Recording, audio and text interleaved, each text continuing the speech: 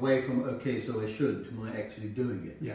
So I'm just wondering what sort of tips you had for people to try and increase the Well, so here's a lot of things that we're trying to do. We're trying to encourage people. So it's 7,500 miles to Japan. Yep. So what 7,500 things could you do? Could you do okay. 7,500 steps? A walk over the summer, 7,500 meters. A lot of people now have got these sorts of watches. Yep. Could you do 7,500 steps a day? There's all sorts of things around 7,500. I mean, the other thing is we're trying to encourage people to give me a penny a mile. Because if everybody gave me a penny a mile, that would certainly rack up, wouldn't it? 75 quid. And if lots of people gave us 75 quid, we'd raise a huge amount of money.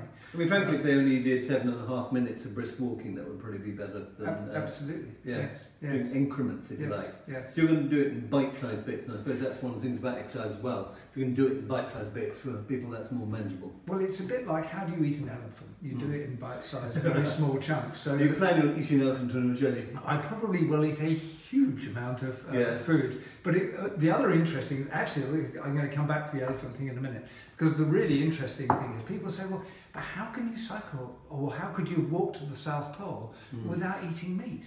And I point out to them that there's so much protein in so many other foods that you can eat. You don't need to eat meat to get all the necessary proteins and vitamins and carbohydrates and everything else. Okay, so you're going to be doing this meat-free then? Oh, completely, yes. Okay. I mean, I've been vegan now for 2 years. I was a vegetarian before that. So I went to the South Pole as a vegan, without eating any meat at all, and without eating any dairy.